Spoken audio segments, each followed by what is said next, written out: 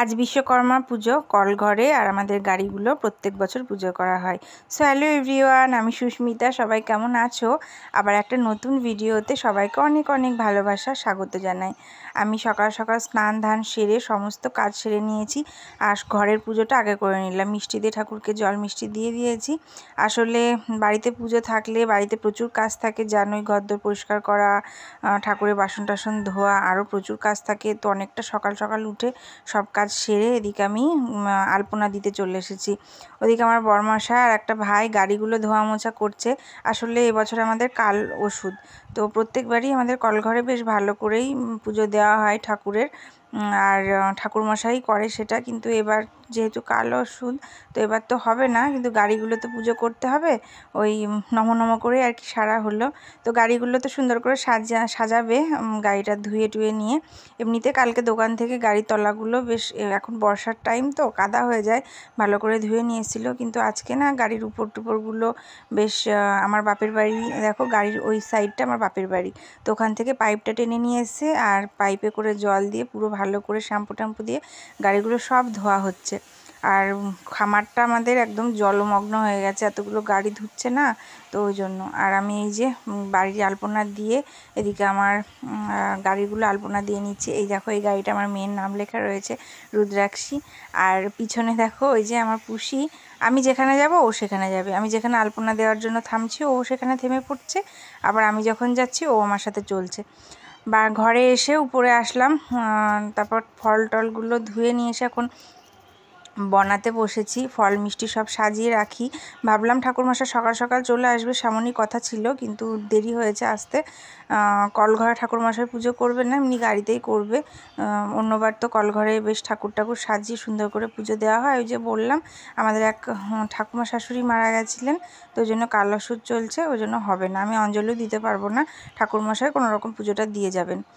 আমি এদিকে ফল মিষ্টিগুলো সব সাজিয়ে রেখেছি। এদিকে তোমাদের দাদাভাই দেখো গাড়ি সাজানোর জন্য কত ফল টল, মানে ফুল নিয়ে এসছে আর কি। তো ফুলগুলো আমি না নিয়ে যাচ্ছিলাম নিচে, আর সব ফলগুলো বনাইনি, কেননা প্রসাদ নিতে আসলে তখন সাথে সাথে বনিয়ে দেবো, যেটুকু লাগবে সেটুকুই বনিয়ে রাখলাম, আর সব থাক। বাইরে একটু কাজ রয়েছে, করে এসে আরও কিছু গোছগাছ করব, তারপর ওগুলো ঢাকা চাপা দিয়ে রেখে দেবো। এদিকে দেখো গাড়িগুলো ধোয়া চলছে, ওই যে দেখো বাপের বাড়ির কল, আর ওই যে পাইপ টেনে নিয়ে এসে কাজ করছে। তো বেশ অনেকটাই সময় লেগেছে, অনেক সকাল থেকে ধোয়া মোছা চলছে, ও পুরো ভিজে গেছে।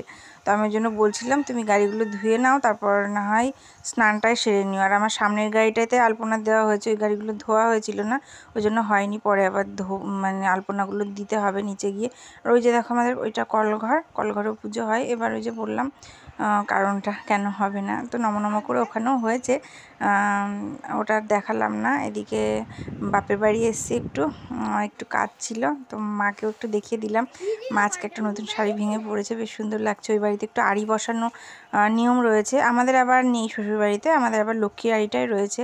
ওই বাড়িতে 3টে আড়ি রয়েছে। আর এদিকে দেখো পাটের গাড়িগুলো সব চলে এসছে টুকটুকিতে, এই যে পাটগুলো সব নামানো হচ্ছে, ওই জন্য এতগুলো টোটো দাঁড়িয়ে রয়েছে।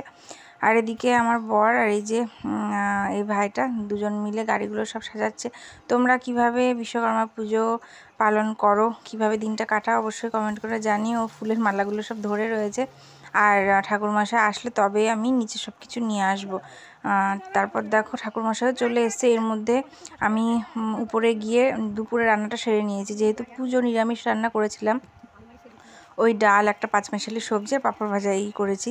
তো ঘেমে নিয়ে পুরো স্নান হয়ে গেছিলাম, গা ধুয়ে আবার একটা ধোয়া সুন্দর ওই মানে নতুন নাইটি এটা পরলাম, পরে তারপর আমি তাড়াহুড়োই করছিল। তোমাদের দাদাভাই বললো ঠাকুরমশাই চলে এসছে। আমার রান্না মানে ভাতটা কেবল নামলো, তরকারিগুলো আগে হয়ে গেছিলো, তো ভাতটা না উপর দিয়ে, শাড়ি পরতে তো লেট হবে, গাটা ধুয়ে আমি নাইটি পরেই চলে এসেছি।